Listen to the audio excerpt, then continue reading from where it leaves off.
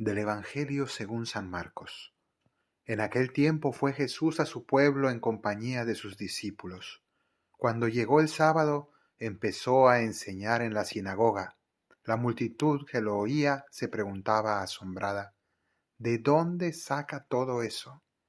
¿Qué sabiduría es esa que le han enseñado? ¿Y esos milagros de sus manos? ¿No es este el carpintero, el hijo de María, hermano de Santiago, y de José, y Judas, y Simón? ¿Y sus hermanas no viven con nosotros aquí?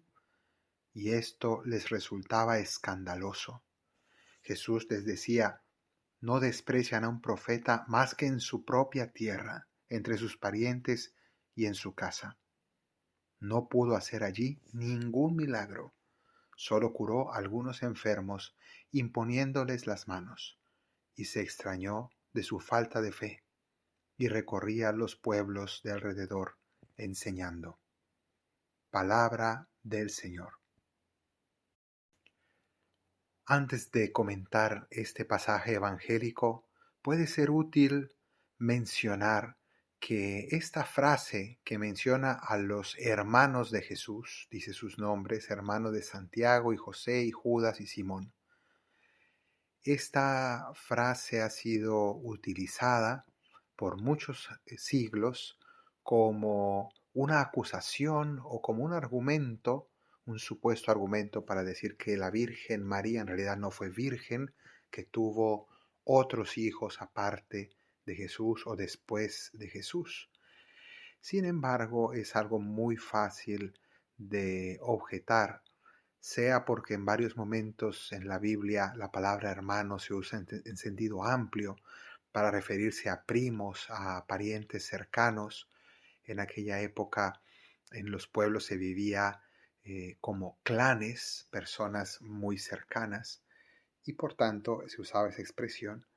Y así lo podemos ver en los evangelios, que mencionan, sobre todo cuando hablan de la pasión, que junto a la cruz estaba presente también entre las otras Marías, María Magdalena y la madre de Jesús, también estaba María, la madre de Santiago y de José, y a veces también mencionan a Simón. Es decir, estos mismos que se mencionan como hermanos de Jesús tenían otra madre distinta a la madre de Jesús. Y eso es evidente también porque en su último momento Jesús le encomendó a su madre a su discípulo Juan y le dijo: aquí tienes a tu madre, y él la recibió en su casa. Si Jesús hubiera tenido hermanos y María hubiera tenido otros hijos, obviamente no la hubieran dejado en manos de alguien ajeno. Jesús fue hijo único. Pero más allá de este asunto, digamos, de cultura bíblica, muy sencillo de resolver, está el mensaje de este pasaje evangélico. Jesús es rechazado en su propia tierra. Jesús es un profeta. En los últimos domingos, sobre todo el domingo anterior, hemos escuchado grandes milagros de Jesús. Escuchamos la curación de la hemorroísa y la curación de la hija de Jairo.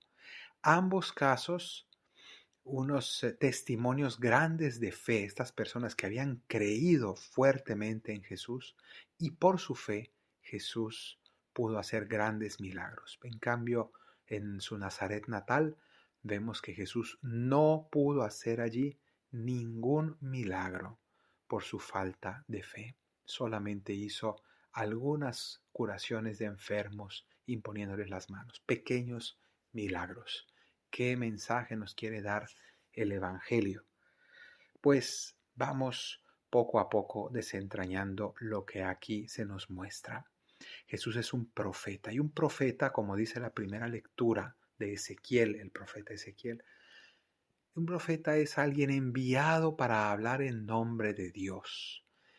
En el cristianismo, en la iglesia, no existe la figura del oráculo, la figura del adivino, de la persona que entra en una especie de trance y nos va a decir cosas misteriosas. la persona que es como una especie de gurú o de chamán o de mago, porque en realidad la figura que hay en el cristianismo es el profeta, la persona que anuncia la palabra de Dios y habla en nombre de Él y no en nombre propio. Y es a través de esa figura donde se suscita la fe y los corazones se convierten y Dios puede obrar en las vidas de las personas. Hace falta un cambio de vida para que Dios pueda obrar milagros. Un profeta es alguien que tiene una ardua misión, hablar en nombre de Dios y decir cosas que muchas veces no serán del agrado o no serán las que las personas quieren oír. Y que muchas veces tendrá que hablar incluso prescindiendo de sus propias opiniones. Jesús llega a su pueblo natal, predica la palabra de Dios, alguien que ha hecho grandes milagros que todos han oído allí, e inmediatamente suscita rechazo. Las personas, con tal de escaparse de esas palabras que no les gustan, que entre comillas no les conviene, Jesús habla pidiendo un cambio de corazón, entonces buscan una salida fácil, un pretexto, y empiezan a ver su origen humilde, empiezan a criticar el hecho de que ellos lo han conocido desde pequeño, conocen su familia, conocen a sus padres, a sus parientes, y por tanto les resta credibilidad, le restan fe. Y luego le piden que haga ahí milagros. Eso nos lo dicen San Mateo y otros evangelistas. Le pidieron que hiciera en su pueblo los mismos milagros que hacían en otros lugares, pero porque le están poniendo una condición. Si quieres que creamos en ti, primero haz milagros. Y aquí nos da una lección grande el Señor. No son los milagros los que suscitan la fe. Es la fe la que suscita los milagros. Este orden es importantísimo también en nuestra vida. Nosotros, si queremos de verdad que Dios actúe en nuestra vida, primero tenemos que escuchar a su iglesia, escuchar el mensaje profético, cambiar de vida, creer en el Señor, tomarnos en serio sus mandamientos, ponerle fe a su palabra y entonces Él podrá entrar en nuestra vida y transformarla y hacer grandes milagros.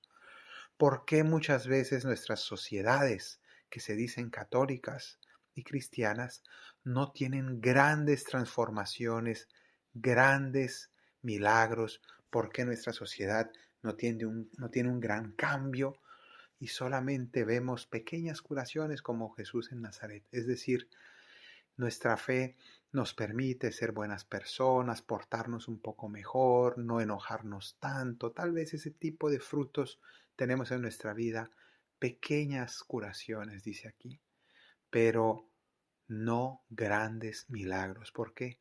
Porque no nos tomamos en serio la palabra del Señor que viene con fuerza y que nos pide una fe que se tome en serio la palabra de Dios y que cambie de vida. Pidámosle al Señor que aumente nuestra fe y que nosotros seamos dóciles a Él para que de verdad escuchemos las profecías de la iglesia, las profecías del Señor Jesús y de verdad Él pueda obrar milagros en nuestra existencia. Que así sea.